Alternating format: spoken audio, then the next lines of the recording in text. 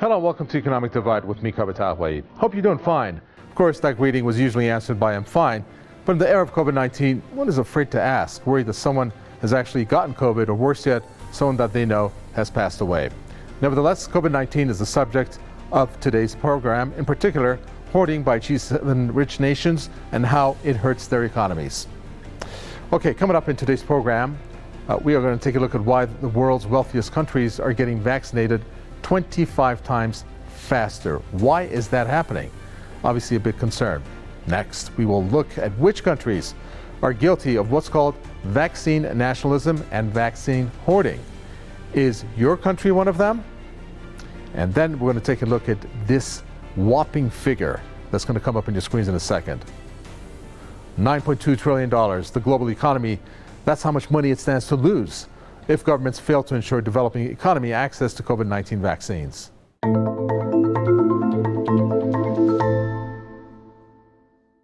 Okay, let's face it, we have failed when it comes to the pandemic called COVID-19 or coronavirus. You don't need to take my word for it. The stats speak for themselves. First, the world's wealthiest countries are getting vaccinated 25 times faster. That means that enough vaccines have been administered to fully vaccinate just about 5% of the global population. But the distribution has been lopsided. Most vaccines are going to the wealthiest countries. Now, if that doesn't sink in, then let's take a look at this stat. So far, 40% of the COVID-19 vaccines administered globally have gone to people in just 27 wealthy nations. That represents only 11% of the global population. And that has raised the alarm, all the way to the UN, who has voiced concern over the matter.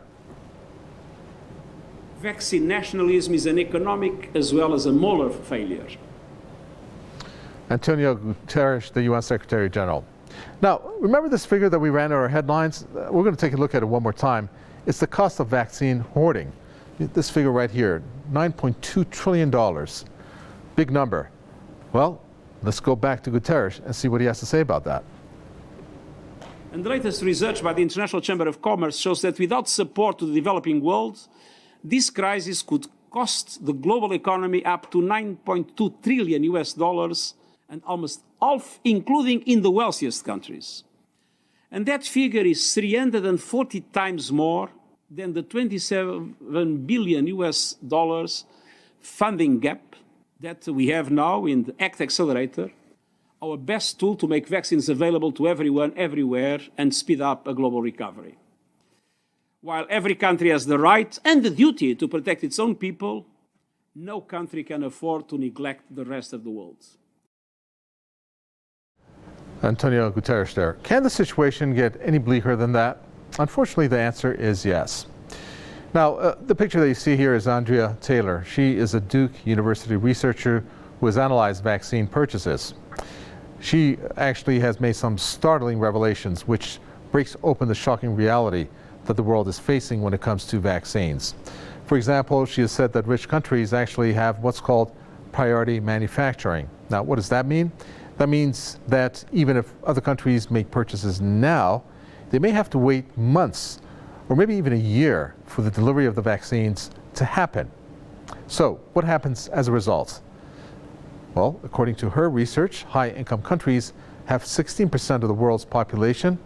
Currently, they hold 60% of the vaccine doses that have been purchased. That is what's alarming about the research that she has done.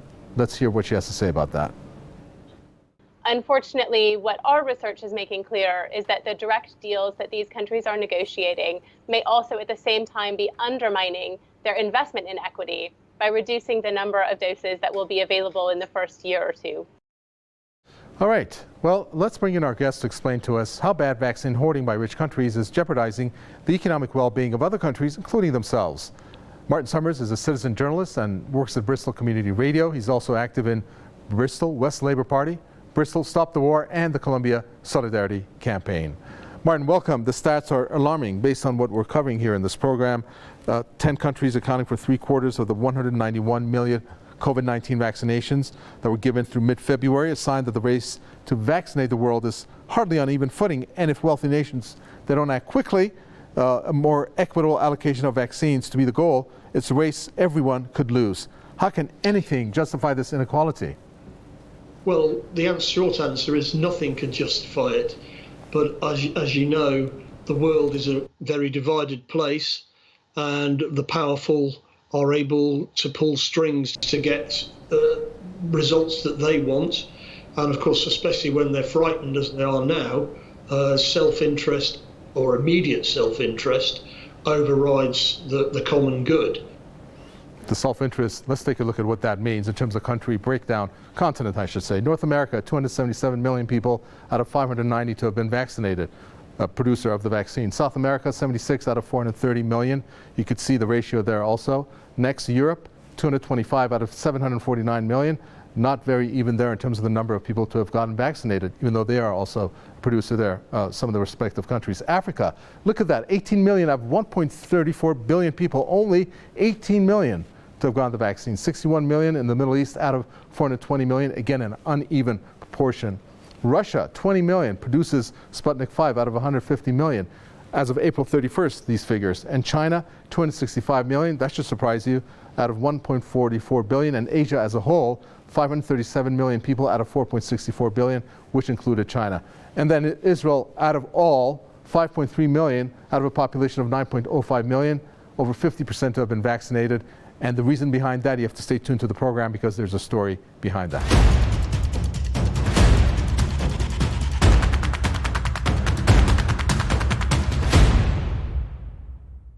Because the pandemic is far from over. The solution is straightforward. We need countries and companies that control the resources that could save lives to share. It's not going away anytime soon. From South America to North America and beyond, COVID-19 is spreading its territory. In what is now an apparent fourth wave.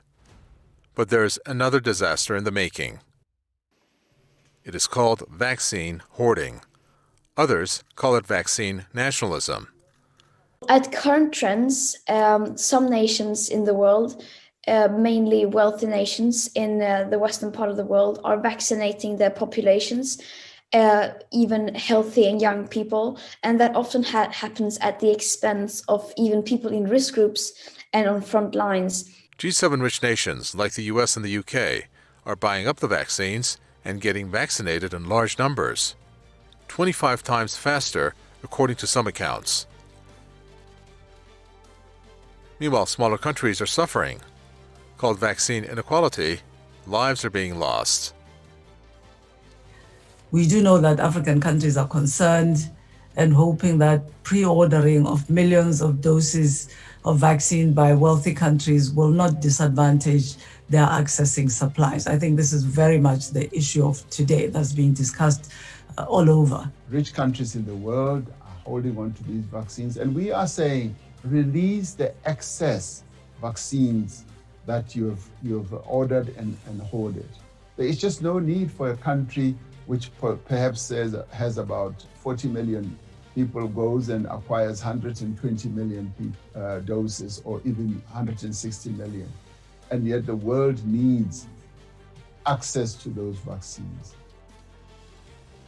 Rich nations have also hoarded 1 billion excess doses of the vaccine. So much so that it would be sufficient to vaccinate the entire adult population of Africa. This is while many low-income countries have not yet received a single dose. Hemos observado que los países más desarrollados han adoptado políticas de acaparamiento que niegan de una manera lamentable e injusta el acceso a las mismas de los países de bajos y medianos ingresos, en contradicción con toda noción de solidaridad humana.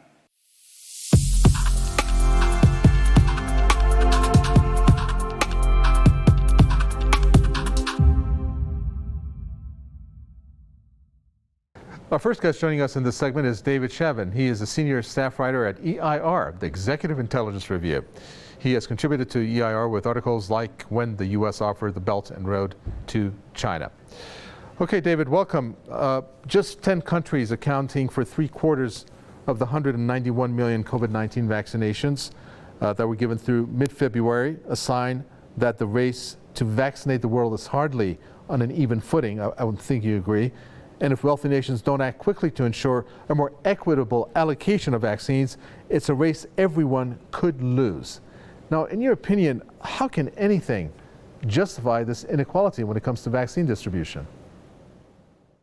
Well, stupidity can justify this inequality. The simple reality is that the coronavirus doesn't negotiate its terms. You have to maintain high levels of nutrition and hygiene or suffer the consequences.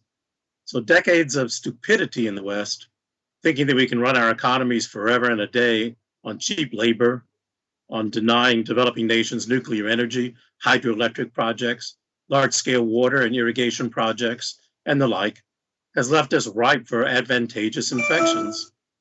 The consequences for living standards, hygiene, and really the immune systems of populations always were going to catch up with us. So vaccine distribution is not a matter simply of being fair. It's a matter of wanting to win the war against the coronavirus and its variants. Yeah, indeed. That is indeed what needs to be looked at and focused on, winning the war against the COVID vaccine in terms of the curing the infection. Okay, it's time to take a quick break here on Economic Divide, but do stay with us. We'll be right back after a short break.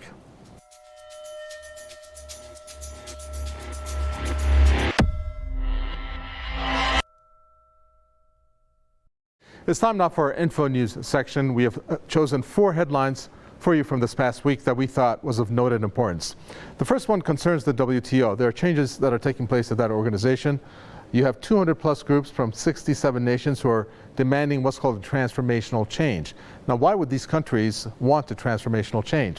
Well, the hyper-globalization rules of the WTO, they have said, has shaped a global economy that is not working for most people. So that's the reason why. And of course, it's due time as they deem for this change to take place. Next, global military spending 2020 growing to $2 trillion despite the pandemic.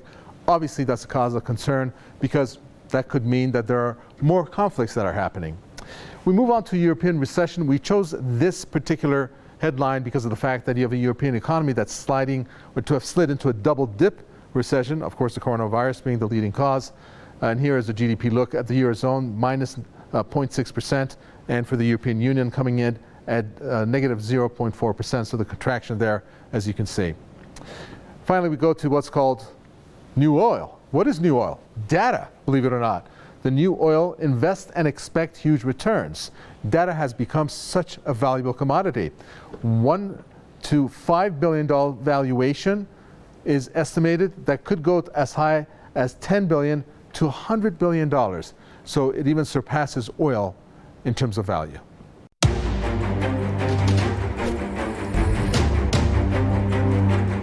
It's an understatement to say how much businesses around the world are suffering from the COVID-19 and how much revenues have been lost. In some cases, entire industries have collapsed. La dernière fois que j'ai travaillé, c'est le 5 mars 2020. Je n'ai pas eu de travail depuis. Il se trouve qu'en plus, le problème, c'est que on n'a pas eu de travail depuis. Hein. Et le problème, c'est qu'on n'a pas été aidé par l'État. Et que les 3/4 d'entre nous, on n'a plus de chômage. On a, pour certains, même pas droit au RSA. I'm feeling seriously bad. Because this is where I'm working. There's no how you got to where you're working every day. And then you got to the place that was locked. You cannot be able to enter there that you'll be happy. We are saying if a concerted effort can be made, we can actually reduce these permanent output losses, which we forecast at 1.5%, and that would be hugely beneficial for everybody.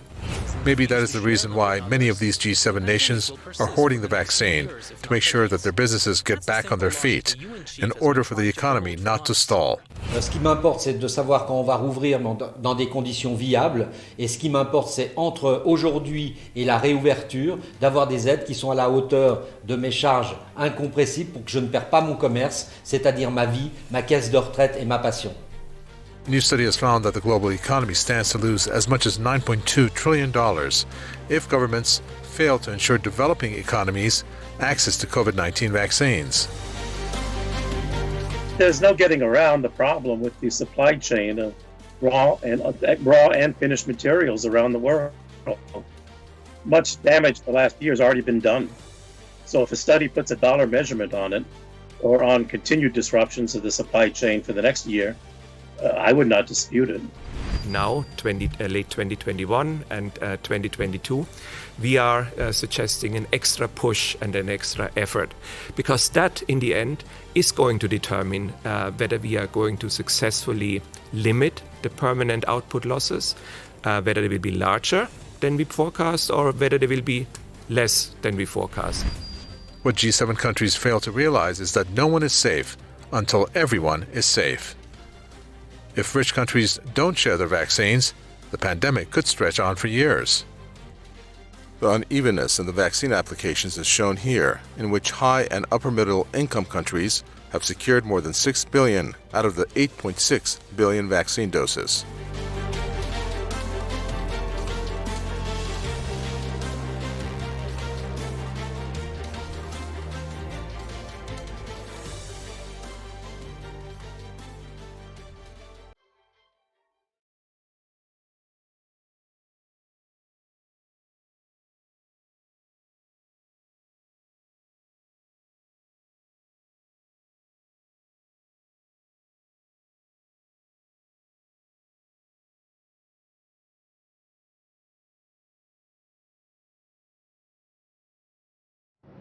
Okay, time to bring back Martin Summers. He spoke earlier in the program.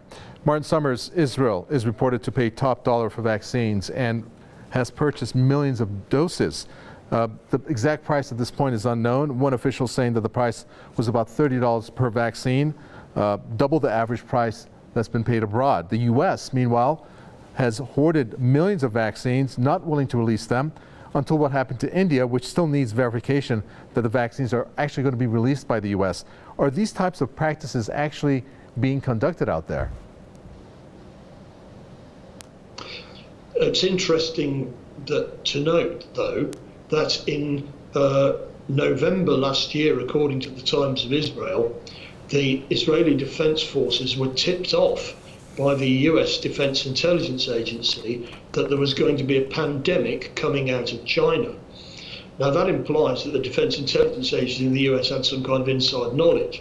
Now, of course, this is only from one source, but the Times of Israel had obviously got this information from the Israeli Defense Forces.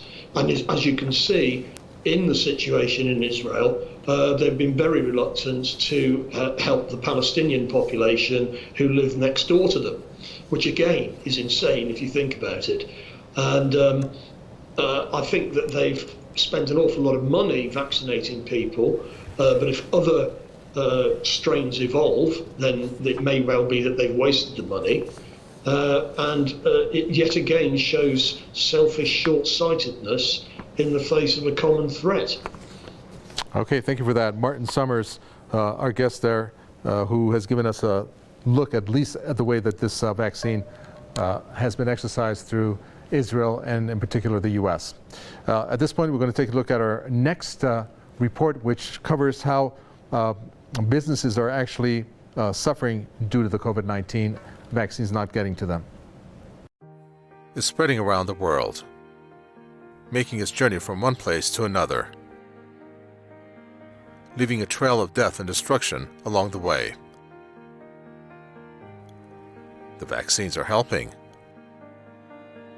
They have decreased the number of deaths. But what if the doctors could save more lives? What if the infections could decrease or stop altogether? Well, it can, but something is preventing that. Did you know that the US, Canada, and the UK are opposing proposals to lift patents for vaccines? This is a clear case of profits before people. Isso aí eu acho que tudo é dinheiro, mano, que tá rolando. Porque quanto mais eu acho que essa doença de Covid matava gente, que estão dizendo que tudo é Covid, eles ganham mais dinheiro. Leaders of G7 nations, like the US President Joe Biden, are guilty of that, driven by pharmaceutical companies. There are at least 30 to 60 million vaccine doses of AstraZeneca stored at production facilities in the United States, particularly in Ohio. In a few months, these vaccine doses will become useless. Further, the vaccine cannot even be used in the United States. It's not licensed to be used in the United States. And if it were, it simply is not needed. We have more than enough vaccine doses without it.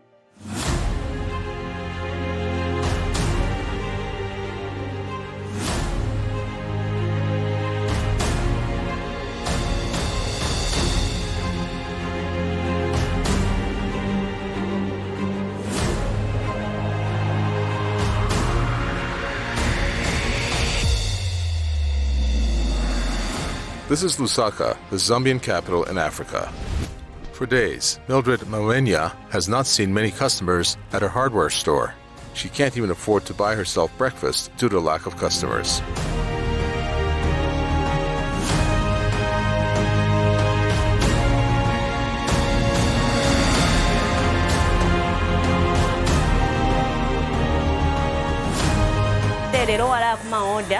walasanga omutengo ne mumbi mairo nga walanda tuka bwekereko kasanga futina fikwererako so business naye na taidi bwino nasanga na mwisa kufumaga chero mwikerefye nimbi mulekalira ama fritters o muleria kufumaga chero plus for abo fyama ama transport tule affected ero abene mama shops barefo ama rentals. I think what is very important to also work on is social cohesion and the social contract. When we are looking at this crisis, this pandemic has affected most the youth, women, low-skilled workers. Those are much larger representation in the contact-intensive sectors, which have been particularly hit hard. She is one of the growing numbers of victims hit with a double whammy, a macroeconomic crisis combined with a coronavirus pandemic. Bright Mapiki is also a pharmacist who complains about the rising cost of the dollar combined with a lack of business. We are lacking some of the drugs, of course, like those that used to come from China and the likes. We don't have some of those commodities. But basically, it's the high cost of doing business with regards to how much the dollar has gone up. What's worse is that the country is also caught in a debt spiral. The foreign debt is estimated at nearly $12 billion, half of which comes from private creditors. This debt is there to stay with us. It will be here. It has just to take God. Unless the countries outside there think of forgiving us, like they did some time back, debt cancellation, maybe that could work. But not that the countries in Africa will be in a position to pay this debt with such a situation that we are in. I don't see it happening in the near future. Small businesses like these sell products from large manufacturers all across the world. If they don't get vaccine doses like the rich countries, it is the rich countries who will suffer at the end, since their products won't be sold. The longer that wealthier nations fantasize about their clever ways to make money, by not addressing the health infrastructure needs worldwide, the greater will be their crash into reality. It's just a necessary link between around the world, whether you call them developing nations or advanced sector nations.